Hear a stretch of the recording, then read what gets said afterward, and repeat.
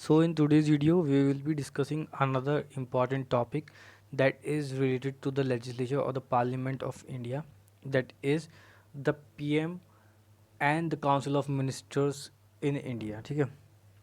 As we all know, president is only a titular head or the titular executive. The real powers lies with the prime minister of India. ठीक है? According to Indian constitution, the real power is there in the prime minister of India, which is used by him. Because naturally president is the executive head, he is the titular head, but at the end of the day he is to act on the advice of prime minister of India, ठीक है, which we will be learning in this video thoroughly, ठीक है.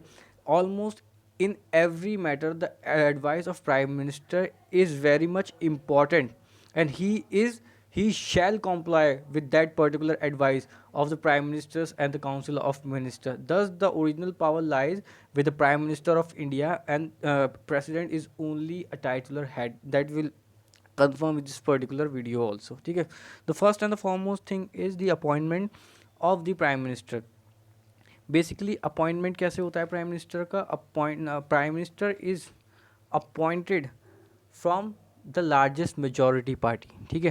The party which is having the majority, the leader of that particular party is appointed as the president of India by the leader of that particular party is appointed as the prime minister of India by the president of India. Yes, the appointment of the prime minister is done by president only, but as a convention it is adopted that he is the leader of the majority party, ठीक है.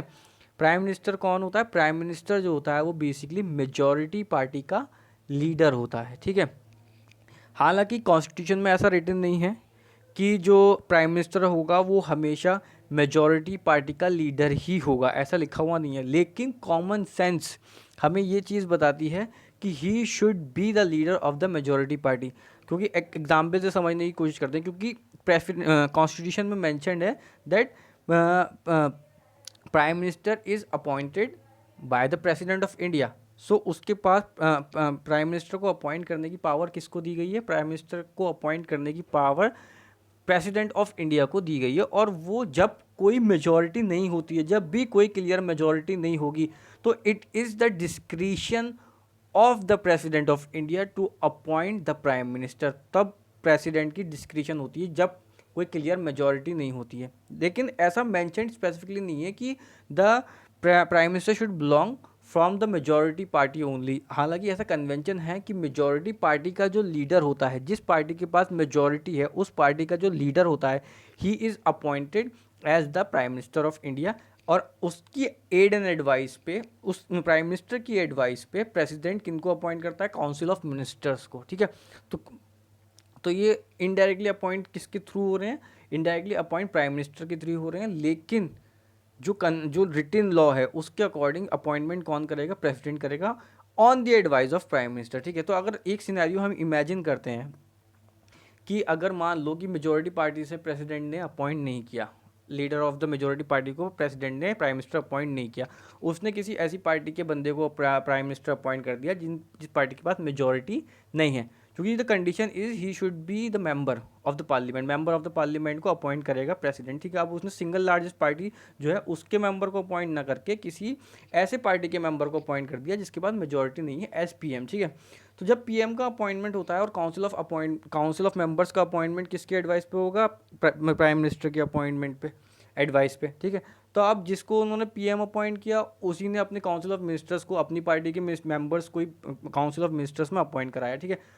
तो हमने पहले ही पढ़ लिया है कि जब भी पहली मीटिंग होती है डिसोल्यूशन के बाद, जब भी नई लोकसभा बनकर आती है और उसकी फर्स्ट सेशन की फर्स्ट मीटिंग होती है, उसको समन कौन करता है? उसको प्रेसिडेंट समन करता है, ठीक है.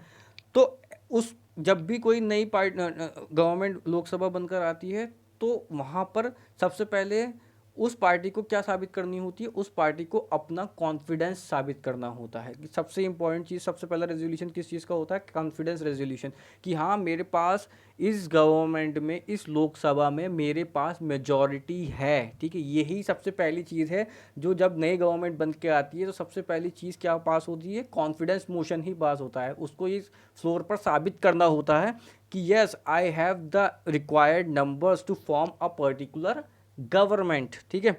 तो अब इस सिनेरियो में मान लो उसने अगर किसी ऐसी पार्टी के लीडर को अपॉइंट कर लिया जिसके पास मेजॉरिटी नहीं है, तो वो भाई पहले ही दिन जब उसको मेजॉरिटी साबित करनी होगी तो वो कॉन्फिडेंस साबित नहीं कर पाएगा, जिसका रिजल्ट क्या होगा, लोकसभा डिसॉल्व हो जाएगी। फिर उस बंदे को मौका दिया जाएगा जिसके पास मेजॉरिटी होगी, क्योंकि कॉन्फिडेंस साबित करना तो कंपलसरी है। तो इसलिए कन्वेंशनली जिसके पास मेजॉरिटी होती है उस मेजॉरिटी के पार्टी के लीडर को ही प्राइम मिनिस्टर अपॉइंट करता है, president of India. Though it's not written but it comes from the convention and the common sense, ठीक है। आई होप समझ में आ गया होगा कि अपॉइंटमेंट कैसे होता है प्राइम मिनिस्टर का। It's mention under article 75 of the Indian constitution. अब टेन्योर भी मेंशन करता है, ठीक है। प्रेसिडेंट का टेन्योर भी, टर्म ऑफ ऑफिस भी मेंशन करता है आर्टिकल 2। वो कब तक होता है, pleasure of the president, president के प्लेजर पे डिपेंड करता है, ठीक है। क्या चीज़, कि कितने टाइम तक एक प्राइम मिनिस्टर रहेगा। बेसिकली ये प्लेजर ऑफ प्रेसिडेंट तो यहाँ पर मेंशन्ड है, लेकिन जो हकीकत में कन्वेंशन है वो सिंपल सी इतनी बात कहता है कि भाई एक प्रधानमंत्री का कोई फिक्स्ड टेन्योर नहीं हो सकता है। इंडियन पार्लियामेंट में कोई फिक्स्ड, इंडियन कॉन्स्टिट्यूशन में कोई फिक्स्ड टेन्योर नहीं है। प्रेसिडेंट, प्लेजर ऑफ प्रेसिडेंट की बात क्यों होती है यहाँ पर, प्लेजर ऑफ प्रेसिडेंट की बात यूँ इसलिए होती है कि जब भी उस पार्टी के पास, उस मेजॉरिटी लीडर के पास, प्राइम मिनिस्टर के पास नो कॉन्फिडेंस अगर मोशन अगर पास होता है और वो उस नो कॉन्फिडेंस मोशन में फेल हो जाता है और वो नो कॉन्फिडेंस मोशन पास हो जाता है, इसका क्या मतलब होगा कि उसने अपनी मेजॉरिटी लूज़ कर दी। तो जब वो मेजॉरिटी ही लूज़ कर देगा तो ऑटोमेटिकली गवर्नमेंट जो है वो गिर जाएगी। बेसिकली गवर्नमेंट किसे कहते हैं, government basically prime minister and his council of ministers ही होता है। प्राइम मिनिस्टर को, उसके काउंसिल ऑफ मिनिस्टर्स को ही गवर्नमेंट कहते हैं। काउंसिल ऑफ मिनिस्टर में भी कई तरीके के मिनिस्टर्स होते हैं। Cabinet minister is there, minister of state is there, deputy ministers is there. ये सब पोर्टफोलियोज पे डिपेंड करता है, ठीक है। कैबिनेट मिनिस्टर के बाद होम मिनिस्ट्री, फिनेंस मिनिस्ट्री, ठीक है, आईटी मिनिस्ट्री, इस तरीके की जो बहुत सी मिनिस्ट्रीज जो भी होती हैं इन सबको ही कैबिनेट मिनिस्टर्स कहते हैं। और ये डिफरेंट डिफरेंट पोर्टफोलियोज होते हैं जो कि एक एक मिनिस्टर को, कैबिनेट मिनिस्टर को दिया जाता है, ठीक है। लॉ मिनिस्टर, तो इस तरीके से ये कैबिनेट्स होते हैं। इन्हीं को prime minister and the council of minister is called the government, ठीक है। काउंसिल ऑफ मिनिस्टर और prime minister sink and sail together, ठीक है। दोनों डूबते भी साथ हैं और तैरते भी साथ हैं, ठीक है। ये आगे जब हम पढ़ेंगे तो और हमें अच्छे से क्लियर हो जाएगा, ठीक है। तो this is all about appointment कैसे होता है प्रेसिडेंट ऑफ इंडिया का, and what is the term of office और what is the tenure, that is the pleasure of the president as mentioned under article 75, ठीक है। Now we will come to the council of ministers as mention under article 74। Article 74 का sub clause 1 क्या कहता है, there shall be a council of minister to aid and advise president on whose advice president shall function, ठीक है। तो अब ये सीधी सी बात क्लियर हो गई, there shall be a council of minister to aid and advice president, ठीक है। काउंसिल ऑफ मिनिस्टर्स का पहला काम क्या बता दिया गया, there shall be, council of minister का पहला काम क्या है, to aid and advice president, president को एड एंड एडवाइस करना, on whose advice president shall function. यहाँ पर मे नहीं है, पहले ये वर्ड मे था, ये हम इस मे और शैल का डिस्कशन हम बात को करेंगे, लेकिन फिलहाल ये चीज़ समझ लीजिए कि शैल का मतलब है कि जो एडवाइस काउंसिल ऑफ मिनिस्टर्स देगा उसको फॉलो करने पे बाउंड है, पर डिस्क्रिशन नहीं दी गई है प्रेसिडेंट को, प्रेसिडेंट को बाउंड कर दिया गया है शैल वर्ड को इंसर्ट करके, whose advice president shall function.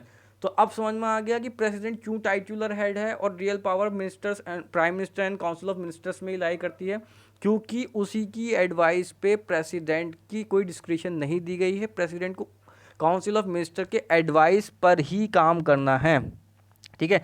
और दूसरी चीज़ आर्टिकल 74 का सब क्लॉज 2 सिंपल सी बात कह देता है कि the advice of council of ministers can't be inquired in any court. President को जो ये काउंसिल ऑफ मिनिस्टर्स एडवाइस देंगे, जिनके ऊपर प्रेसिडेंट सारे डिसीजंस लेगा, वो एडवाइस को आप किसी भी कोर्ट में नहीं लेकर जा सकते हैं। ठीक है, तो ये चीज़ बिल्कुल से क्लियर हो गई है कि क्या क्या प्रेसिडेंट की एडवाइजेज होंगी और क्या क्या कितनी लेवल तक उसको, मतलब उसके पास कोई डिस्क्रिशन पावर नहीं है और he is mandated to act on that particular advice. ठीक है, अब टर्म क्या होगा काउंसिल ऑफ मिनिस्टर का, सेम आर्टिकल है, आर्टिकल 75(2), वो सिंपल सी बात बताता है यही कि the term of the council of minister will depend upon the pleasure of the president. ठीक है, प्लेजर ऑफ प्रेसिडेंट से क्या मतलब है, जब तक उनकी गवर्नमेंट मेजॉरिटी में है तब तक उनको उनके पद से कोई नहीं हिला सकता है। सिंपल सी बात ये, प्लेजर ऑफ प्रेसिडेंट का मतलब सिर्फ इतना सा है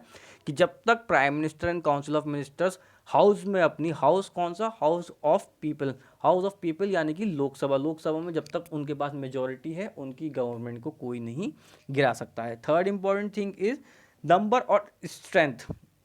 काउंसिल ऑफ मिनिस्टर्स की स्ट्रेंथ कितनी होगी, ये बहुत ज़्यादा इंपॉर्टेंट हर पर्सपेक्टिव से बन जाता है, एग्जाम के पर्सपेक्टिव से भी, एमसीक्यूज के पर्सपेक्टिव से भी। आर्टिकल 75 का सब क्लॉज 1A बताता है कि 15% of the members of the house of people, यानी कि लोकसभा के 15% तक आप काउंसिल ऑफ मिनिस्टर्स रख सकते हैं। लोकसभा की स्ट्रेंथ कितनी है, 552 है, उसका 15% तक काउंसिल ऑफ मिनिस्टर्स, उतने नंबर तक काउंसिल ऑफ मिनिस्टर्स आप रख सकते हैं। उसमें कैबिनेट मिनिस्टर्स भी होंगे, स्टेट मिनिस्टर्स भी होंगे, डेप्यूटी मिनिस्टर्स भी होंगे। ये कोरम किस अमेंडमेंट के थ्रू बढ़ाई गई है, 91st अमेंडमेंट, जो कि 2003 में हुआ था, जिससे इसकी कोरम को बढ़ा के आज के टाइम में इसकी कोरम कितनी है, 50% ऑफ हाउस ऑफ पीपल, यानी कि लोकसभा की जो फुल स्ट्रेंथ है उसका 50% काउंसिल ऑफ मिनिस्टर्स रख सकते हैं। Fourth important thing is the collective responsibility. What is collective responsibility? Collective responsibility मैंने पहले ही अभी बताई थी कि सिंक एंड सील टुगेदर करते हैं prime minister and council of ministers. ठीक है, काउंसिल ऑफ मिनिस्टर्स कोई भी डिसीजन लेगा तो वो ऐसा माना जाएगा कि सिंपल सा वो डिसीजन खुद पीएम ने लिया है। ठीक है, क्योंकि दोनों के अंदर कोऑर्डिनेशन होना बहुत ही ज़रूरी है और कोऑर्डिनेशन होता भी है, तो इसीलिए वो सिंक और सेल टुगेदर करते हैं। ये चीज़ अभी और क्लियर हो जाएगी।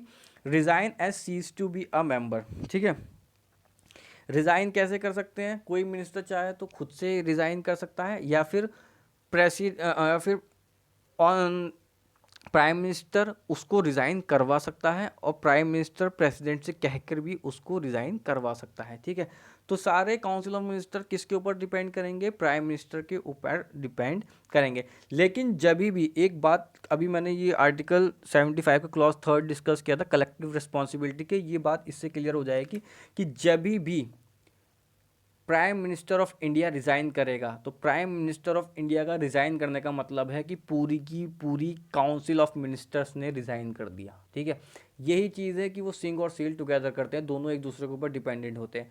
तो जब भी prime minister of India resign करेगा, प्राइम मिनिस्टर ऑफ इंडिया कौन होता है, मेजॉरिटी पार्टी का लीडर, तो जब भी प्राइम मिनिस्टर रिज़ाइन करेगा तो इसका मतलब सुमोटो या अज्यूम कर लिया जाएगा कि काउंसिल ऑफ मिनिस्टर्स ने भी रिज़ाइन कर दिया, क्योंकि दोनों की collective responsibility word is mentioned in the constitution of India under article 75 sub clause 3। ठीक है, आई होप क्लियर हो गया होगा काउंसिल ऑफ मिनिस्टर्स क्या होते हैं, प्राइम मिनिस्टर्स क्या होता है, प्राइम मिनिस्टर्स क्या क्या कर सकता है, क्या क्या प्राइम मिनिस्टर्स नहीं कर सकता है। ठीक है, उसका अपॉइंटमेंट कैसे होता है। ठीक है, now some more powers which we will be discussing of prime ministers of India. सबसे पहली पावर क्या है प्राइम मिनिस्टर ऑफ इंडिया की, apart from these powers he is the ex officio chairman of some committees. ठीक है, पहली क्या है, नीति आयोग। नीति आयोग का एक्स ऑफिशियो चेयरमैन कौन होता है, प्राइम मिनिस्टर ऑफ इंडिया होता है, जिसको हम पहले फॉर प्लानिंग कमीशन के नाम से भी जानते थे। ठीक है, नेशनल डेवलपमेंट काउंसिल का एक्स ऑफिशियो चेयरमैन कौन होता है, prime minister of India. National integration council का एक्स ऑफिशियो चेयरमैन कौन होता है, prime minister of India.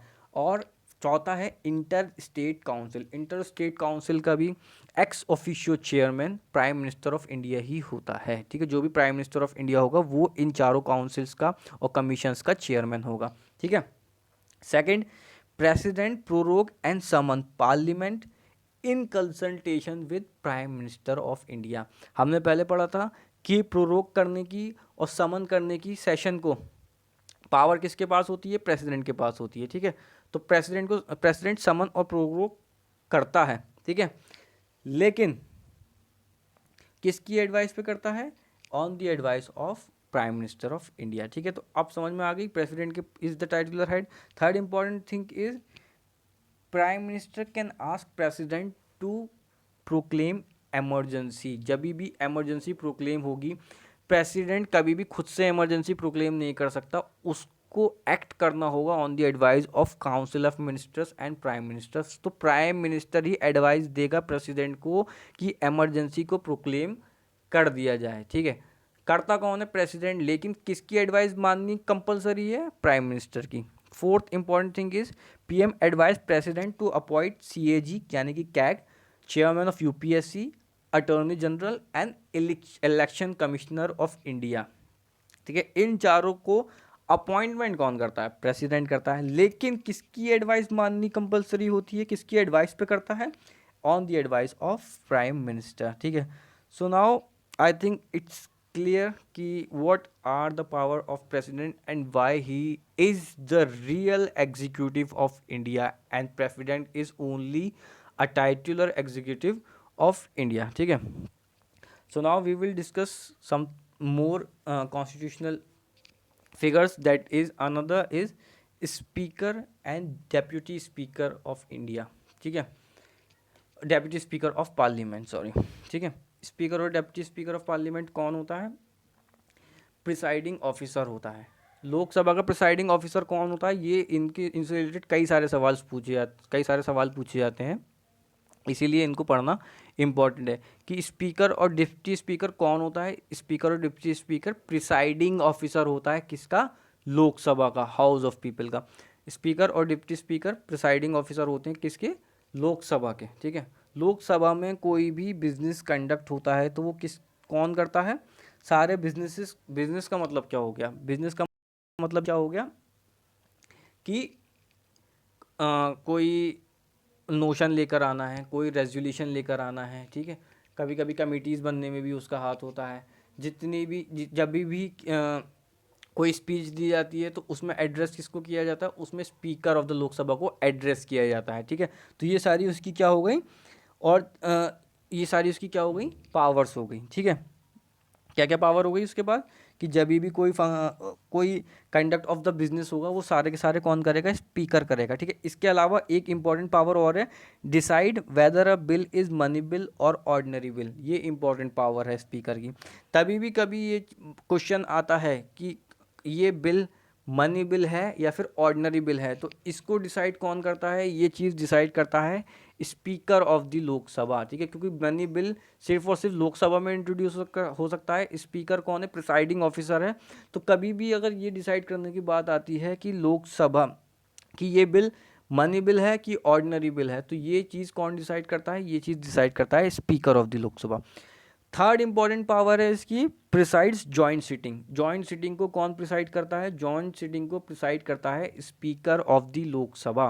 Lok Sabha का स्पीकर जो है वो क्या करता है, वो जॉइंट सिटिंग को प्रिसाइड करता है, ठीक है। जॉइंट सिटिंग किसे कहते हैं, ये हम पहले डिस्कस कर चुके हैं, तो we will not go in detail कि जब कोई डेडलॉक क्रिएट होता है किसी लॉ में तो एक जॉइंट सिटिंग बुलाई जाती है। बुलाता कौन है, प्रेसिडेंट बुलाता है। समन कौन करता है, प्रेसिडेंट कर, नोटिफिकेशन कौन देता है, प्रेसिडेंट देता है। समन कौन करता है, प्रेसिडेंट करता है। लेकिन प्रिसाइड कौन करता है, प्रिसाइड करता है स्पीकर ऑफ द लोकसभा। जबकि दोनों मेंबर्स, दोनों हाउसेज उसमें आते हैं, इसमें राज्यसभा भी आता है और लोकसभा भी आता है। जॉइंट सीटिंग तो उसे ही कह सकते हैं ना जिसमें दोनों हाउसेज आएंगे। लेकिन प्रिसाइडिंग ऑफिसर कौन होता है उसका, स्पीकर ऑफ द लोकसभा। सारी की सारी मैंने ये बात तो पहले ही बता दी, सारे मोशंस कौन परमिट करता है, जितने भी मोशंस, नो कॉन्फिडेंस मोशन हो, कॉन्फिडेंस मोशन हो आपका, और एडजर्नमेंट मोशन हो, ठीक है, कॉलिंग मोशन हो, कट मोशन हो, जितने भी मोशंस हैं सारे के सारे मोशंस कौन परमिट करेगा, स्पीकर। जितनी भी स्पीचेस होंगी उनको कौन एड्रेस करेगा, स्पीकर, ठीक है। तो अब डेप्यूटी स्पीकर क्यों होता है, डेप्यूटी स्पीकर सिंपली इसलिए होता है। और आर्टिकल 93 किस चीज़ से डील करता है, article 93 basically appointment of speaker से ही डील करता है। स्पीकर और डेप्यूटी स्पीकर का अपॉइंटमेंट कैसे होता है, इनको अपॉइंट करने के लिए जब पहले दिन जब कोई नई लोकसभा बनकर आती है, ठीक है, तो पहले ही दिन पहली मीटिंग में प्रेसिडेंट इसके लिए एक स्पीकर ऑफ जितने भी एमपीज होते हैं लोकसभा में, जितने भी एमपीज होंगे, चाहे वो अपोजिशन के हों या फिर मेजॉरिटी गवर्नमेंट के, बेसिकली कन्वेंशन तो यही है कि मेजॉरिटी गवर्नमेंट का जो एमपी होता है वही स्पीकर बनता है। क्यों? क्योंकि ये वोटिंग के थ्रू होता है, ठीक है। तो इसमें एक मेजॉरिटी, एब्सोल्यूट मेजॉरिटी से इसका अपॉइंटमेंट होता है, ठीक है। दोनों में 50 पर एब्सोल्यूट मेजॉरिटी हमको पहले ही बताया कि क्या चीज़ होती है, ठीक है। तो उसके हिसाब से सिर्फ और सिर्फ लोकसभा के जो मेंबर्स हैं वो इसमें वोटिंग करते हैं और उनका अपॉइंटमेंट इसके थ्रू हो जाता है, ठीक है। 50% of the present and voting, 50% लोग जो हैं वो उस टाइम पे वोट करेंगे, ठीक है। Simple majority, sorry, not absolute majority, simple majority. इनका अपॉइंटमेंट कैसे होता है? इसका अपॉइंटमेंट सिंपल मेजोरिटी से होता है कि उस टाइम पे लोकसभा में जितने भी एमपीज हैं प्रेजेंट एंड वोटिंग का 50% होना चाहिए। तो जितने भी प्रेजेंट हैं, और ये हमने सिंपल मेजोरिटी हम पहले ही समझ चुके हैं तो हम डिटेल में नहीं जाएंगे। तो सिंपल मेजोरिटी से स्पीकर और डेप्यूटी स्पीकर दोनों का फर्स्ट मीटिंग में ही ज़्यादातर अपॉइंटमेंट होता है, ठीक है। तो अगर एमपी सिंगल नाम देते हैं तो उसी दिन स्पीकर हो जाता है अपॉइंट, ठीक है। वरना वो एक प्रो स्पीकर अपॉइंट कर देते हैं कि आज जब तक कोई दूसरा स्पीकर, परमानेंट स्पीकर अपॉइंट नहीं हो रहा तो ये प्रो स्पीकर है हमारा। और फिर ये अगर एक से ज़्यादा नाम है, ठीक है, अगर एक बंदे का नाम सबने जितने भी वोटिंग करके उन्होंने एक ही का नाम रिकमेंड कर रहे हैं कि भाई इसको स्पीकर बनना चाहिए, तो वही उसी दिन फाइनल हो जाएगा। लेकिन अगर एक से ज़्यादा लोगों के नाम है तो वो लिस्ट बना के प्रेसिडेंट के पास भेज देते हैं और प्रेसिडेंट नोटिफाई कर देता है कि इस पर्टिकुलर दिन स्पीकर के 2-3 लोग हैं, इनके ऊपर वोटिंग होगी, तो उनमें से जिसको भी चुना जाता है वो मान लिया जाता है। लेकिन आज के टाइम में क्या सिनेरियो चल रहा है, मेजोरिटी पार्टी के पास है तो वो भाई पहले से ही डिसाइड करके ये चीज़ें आती है पार्लियामेंट की, जब फर्स्ट सेशन होता है कि हमें स्पीकर किसको बनाना है, ये सारी चीज़ें पहले से ही डिसाइड हो जाती हैं, ठीक है। क्योंकि आज के टाइम में मेजॉरिटी, एब्सोल्यूट मेजॉरिटी बीजेपी के पास है तो वो अपनी पार्लियामेंट्री कमेटी में पहले से ही डिसाइड कर लेती है कि इसको स्पीकर बनना है। तो अब जब उसके बाद मेजॉरिटी है तो वोटिंग होती है, तो जाहिर सी बात है वही नाम चुनकर भी आता है, ठीक है। तो इसीलिए ऐसे स्पीकर का अपॉइंटमेंट होता है। सिंपल मेजॉरिटी और लोकसभा के मेंबर सिंपल मेजॉरिटी से उसको अपॉइंट करते हैं, स्पीकर को भी, डेप्यूटी स्पीकर को भी, ठीक है। तो ये क्या हो गई, this is the appointment as mention under article 93 of the Indian constitution, ठीक है। अब अगली इंपॉर्टेंट चीज़ क्या है? अगली इंपॉर्टेंट चीज़ है वेकेंट, रिजाइन एंड रिमूवल। अब इनको वेकेंट कैसी सीट वेकेंट कैसे होगी, या ये रिज़ाइन कैसे किसको करेंगे, और इनका रिमूवल कैसे हो सकता है, ठीक है। This is another important thing. सबसे पहले वेकेंट सीट वेकेट कैसे हो सकती है? वैकेट करने के लिए बेसिकली डेथ हो सकती है, डेथ से सीट वैकेट हो सकती है, ठीक है। या फिर उसको प्रेसिडेंट बोल दे कि अगर प्राइम मिनिस्टर अगर बोले उसको वैकेंट करने के लिए, क्या वो एमपी नहीं रहे, तो इस तरीके से उसकी सीट क्या है, उसकी सीट वैकेंट हो सकती है स्पीकर की। और दूसरी चीज़ क्या है? दूसरी चीज़ है रिज़ाइन, अगर वो खुद से रिज़ाइन कर दे, ठीक है। तो अब ये एक इम्पॉर्टेंट क्वेश्चन बनता है कि स्पीकर रिज़ाइन किसे करता है? स्पीकर रिज़ाइन करता है डेप्यूटी स्पीकर को, ठीक है। और डेप्यूटी स्पीकर किसे रिज़ाइन करता है? डेप्यूटी स्पीकर अपना रेजिग्नेशन देता है स्पीकर को, ठीक है। तो ये चीज़ बहुत ज़्यादा ईजी है और इम्पॉर्टेंट भी है, ठीक है, क्योंकि कन्फ्यूजन क्रिएट करने वाली चीज़ है और कई बार कन्फ्यूजन क्रिएट हो भी जाती है, ठीक है। तो रेजिग्नेशन कौन किसको देता है? स्पीकर डेप्यूटी स्पीकर को अपना रेजिग्नेशन देता है, और डेप्यूटी स्पीकर रेजिग्नेशन किसको देता है? स्पीकर को, ठीक है। और थर्ड चीज़ है रिमूवल। अब इनका रिमूवल कैसे होता है? इनके रिमूवल के लिए एक पूरा का पूरा तरीका है, इफ़ेक्टिव मेजॉरिटी से इनको रिमूव किया जाता है। और उससे पहले जब भी रिमूवल का रेजोल्यूशन लाना होता है तो 14 दिन पहले इस चीज़ का नोटिस दिया जाता है, ठीक है, कि हम स्पीकर को रिमूव करने का एक रेजोल्यूशन लेकर आ रहे हैं लोकसभा में, ठीक है। 14 दिन पहले उसको नोटिस देना कंपलसरी होता है, और 14 दिन का नोटिस देने के बाद फिर इफेक्टिव मेजॉरिटी से, अब इफेक्टिव मेजॉरिटी मैं दोबारा डिस्कस नहीं करूँगा क्योंकि हम पहले ही डिस्कस कर चुके हैं कि इफेक्टिव मेजॉरिटी किसे कहते हैं, ठीक है। तो इफेक्टिव मेजॉरिटी से फिर स्पीकर को भी रिमूव किया जा सकता है और डेप्यूटी स्पीकर को भी रिमूव किया जा सकता है। Third important thing is that is mentioned under article 95, that is power of deputy speaker. Basically deputy speaker के पास एक ही पावर होती है और इसका एक ही इंपॉर्टेंट फंक्शन होता है कि जब भी स्पीकर की सीट वेकेंट होगी तो he will act as speaker, deputy speaker speaker बन जाएगा, ठीक है।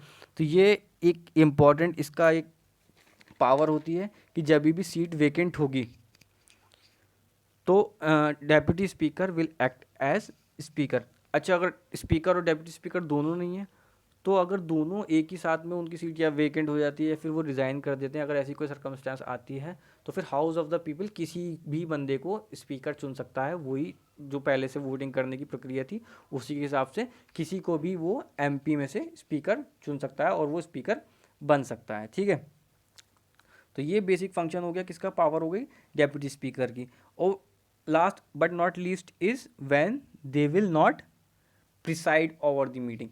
कब ये स्पीकर या डेप्यूटी स्पीकर प्रिसाइड नहीं करेंगे हाउस को, लोकसभा को कभी प्रिसाइड नहीं करेंगे। उसके लिए एक ही कंडीशन है, जब भी इनके ऊपर कोई इनकी रिमूवल की प्रक्रिया चल रही होगी। ठीक है, जब भी इनकी रिमूवल की बात लोकसभा में चल रही होगी तो जब तक इनकी रिमूवल की बात चलेगी और उस पर वोटिंग होगी इफेक्टिव मेजोरिटी से, ठीक है, तो तब तक जब तक वो अंडर कंसिडरेशन है इनका रिमूवल, तब तक ये प्रिसाइड नहीं कर सकते हैं लोकसभा को। ठीक है, तो ये चारों आर्टिकल आई होप क्लियर हो गए। इसके बाद another important thing is that is the chairman and deputy chairman. Chairman और डेप्यूटी चेयरमैन इनकी लगभग सारी पावर्स जो हैं वो पूरी की पूरी स्पीकर एंड डेप्यूटी स्पीकर वाली है। ठीक है भाई, एक इंपॉर्टेंट चीज़ जानना ज़रूरी है, who is the chairman presiding officer किसका होता है, चेयरमैन प्रिसाइडिंग ऑफिसर होता है राज्यसभा का, स्पीकर कहाँ का प्रिसाइडिंग ऑफिसर होता है, लोकसभा का। ठीक है, मेंशन किस में है, आर्टिकल 89 में मेंशन है। आर्टिकल 89 का सब क्लॉज 1 क्या कहता है, vice president of India is the ex officio chairman of Rajya Sabha. जो भी इंडिया का वाइस प्रेसिडेंट होगा वो एक्स ऑफिशियो चेयरमैन होगा, कहाँ का, राज्यसभा का। ठीक है, तो अब सीधी सीधी बात हमें पता चल गई कि चेयरमैन कौन होता है राज्यसभा का, जो भी वाइस प्रेसिडेंट होगा इंडिया का जो भी वाइस प्रेसिडेंट होगा वो एक्स ऑफिशियो चेयरमैन बन जाएगा, यानी कि प्रिसाइडिंग ऑफिसर बन जाएगा, कहाँ का, राज्यसभा का। ठीक है, तो डेप्यूटी स्पीकर को अपॉइंटमेंट कैसे होगा, डेप्यूटी स्पीकर का अपॉइंटमेंट फिर से वही सिंपल मेजोरिटी से राज्यसभा के मेंबर्स उसको अपॉइंट कर लेंगे। ठीक है, तो अब हम अगले आर्टिकल्स में आर्टिकल 90, 91 और 92 में चेयरमैन को डील नहीं करेंगे, क्योंकि ये सारे आर्टिकल्स किसको डील करते हैं, ये सारे आर्टिकल्स डील करते हैं डेप्यूटी चेयरमैन को। क्योंकि चेयरमैन कौन हो गया, वाइस प्रेसिडेंट। तो अगर चेयरमैन का अपॉइंटमेंट और रिमूवल हमें पढ़ना है तो we will study about the appointment and removal of vice president of India. क्योंकि चेयरमैन कौन है, वाइस प्रेसिडेंट ही चेयरमैन, और ठीक है, क्योंकि vice president he x officio chairman of Rajya Sabha है। ठीक है, तो इन तीनों आर्टिकल में क्या चीज़ डिस्कस है, इन तीनों आर्टिकल्स में डिस्कस है vacant, resign and removal of only deputy chairman. उसको रिज़ाइन कैसे कर सकते हैं, वो रिज़ाइन कैसे करेगा, वैकेट कैसे होगी सीट, पहली बात तो he ceases to be MP. ठीक है, जो कि पहली कंडीशन थी स्पीकर और डेप्यूटी स्पीकर की।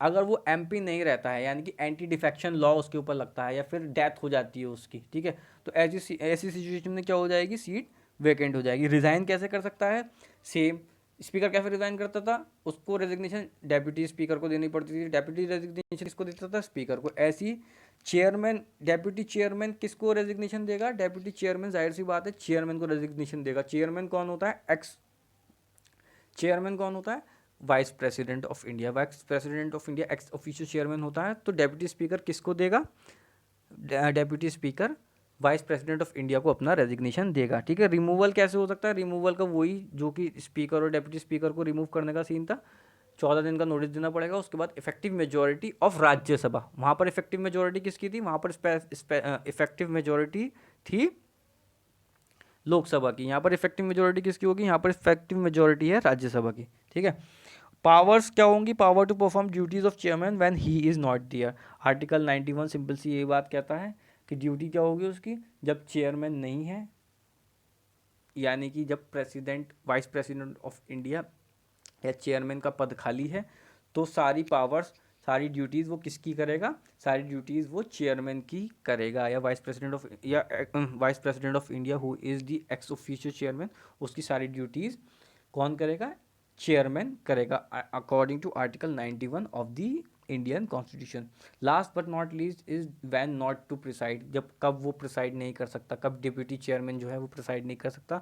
तो जो पहले कंडीशन थी वही अब कंडीशन है कि वो जब प्रिसाइड नहीं कर सकता, जब उसका रिमूवल अंडर कंसिडरेशन होगा राज्यसभा में। ठीक है, तो जब तक उसका रिमूवल अंडर कंसिडरेशन रहेगा तो उसके पास प्रिसाइडिंग पावर नहीं रहेगी उस हाउस की। ठीक है, तो आई होप ये सारी चीज़ें क्लियर हो गई हूँ। लास्ट चीज़ समझ लेते हैं, appointment of vice president of India. Vice president of India क्योंकि एक्स ऑफिशियो चेयरमैन होता है राज्यसभा का, तो अब हमें इसकी अगर अपॉइंटमेंट पढ़ना है तो हमें अपॉइंटमेंट पढ़ना होगा appointment of vice president of India which is mention under article 64 of the Indian constitution की 64 में, जो कि मेंशन है। वाइस प्रेसिडेंट को कैसे इलेक्शन होता है? वाइस प्रेसिडेंट का इलेक्शन होता है एमपीज करते हैं, ठीक है। वाइस प्रेसिडेंट को कौन इलेक्ट करते हैं? लोकसभा और राज्यसभा के एमपीज इलेक्ट करते हैं वाइस प्रेसिडेंट ऑफ इंडिया को, ठीक है। कैसे होता है? थ्रू सिंपल मेजोरिटी होता है, ठीक है। दोनों उसमें वोट करेंगे, लेकिन प्रेसिडेंट के लिए एमएलएज भी वोट करते हैं, वाइस प्रेसिडेंट के लिए एमएलएज वोट नहीं करते हैं, ठीक है। अब समझ में आ गया कि इसका अपॉइंटमेंट कैसे होता है, इसकी सारे अलाउंस, इसकी ड्यूटीज़ बेसिकली वाइस प्रेसिडेंट की क्या होती है। जब प्रेसिडेंट की सीट वेकेंट है तो वाइस प्रेसिडेंट प्रेसिडेंट की तरह एक्ट करता है, ये हम पहले भी पढ़ चुके हैं, तो we will not go in detail, और ज़्यादा डिटेलिंग है भी नहीं। इसका सिंपल सर रिमूवल कैसे हो सकता है? इसका सिंपल सा रिमूवल आर्टिकल 67 में मेंशन्ड है। रिज़ाइन, पहली चीज़ रिज़ाइन कैसे करेगा? रिज़ाइन किसको करेगा? वाइस प्रेसिडेंट ऑफ इंडिया किसको रिज़ाइन करेगा? Vice president of India resign करता है प्रेसिडेंट ऑफ इंडिया को, ठीक है। तो अब क्लियर हो गई। चेयरमैन ऑफ राज्यसभा किसको रिज़ाइन करता है? चेयरमैन ऑफ राज्यसभा, क्योंकि एक्स ऑफिशियो, क्योंकि vice president of India x officio chairman of Rajya Sabha होता है, तो हमें पता करना पड़ेगा कि वाइस प्रेसिडेंट किसको रिज़ाइन करता है। तो वाइस प्रेसिडेंट रिज़ाइन करता है प्रेसिडेंट ऑफ इंडिया को, ठीक है। रिमूवल कैसे हो सकता है? रिमूवल वही सीन है इफेक्टिव मेजोरिटी से, ठीक है। तो वाइस प्रेसिडेंट ऑफ इंडिया का हमने पहले ही पढ़ा था, जब हम इफेक्टिव मेजोरिटी पढ़ रहे थे वहाँ पर मैंने डिस्कस किया था, ठीक है। तो वाइस प्रेसिडेंट ऑफ इंडिया कैसे रिमूव होता है?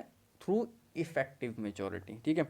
तो chairman, deputy chairman, speaker, deputy speaker, ये चारों के चारों कैसे रिमूव होते हैं? चारों के चारों इफेक्टिव मेजोरिटी से रिमूव होते हैं। तो दिस इज़ ऑल अबाउट, ये सारे के सारे बहुत ही ज़्यादा इंपॉर्टेंट है एग्जाम के, हर एग्जाम के पॉइंट ऑफ व्यू से, when it is related to LLB, even if it's your masters examination, masters का जो सिलेक्शन एग्जामिनेशन था उसके हिसाब से, जुडिशियल एग्ज़ाम्स के हिसाब से, हर जगह ये चारों के चारों फिगर्स, बल्कि 6 के 6 figures, that is the chairman, deputy chairman, speaker, deputy speaker, prime minister and council of ministers, these all are important, their articles are very very important, ठीक है। That's why I have made it very, I have written it very clearly, the articles which is related to that particular personality or the constitutional authority, ठीक है। So that's all for today.